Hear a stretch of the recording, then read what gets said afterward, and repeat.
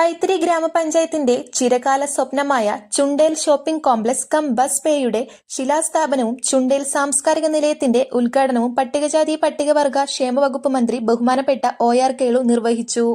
98 ലക്ഷം രൂപ ചെലവിൽ മുൻ MLA ബഹുമാനപ്പെട്ട CK ശശീന്ദ്രൻ അവരുടേതായ പ്രാദേശിക വികസന ഫണ്ടിൽ നിന്നും നിർമ്മിച്ച സാംസ്കാരിക നിലയത്തിൽ 200 പേർക്ക് ഇരിക്കുവാനും മീറ്റിംഗ് ഹാളും ഡൈനിങ് ഹാളും ഉൾപ്പെടുത്തിയിട്ടുണ്ട്.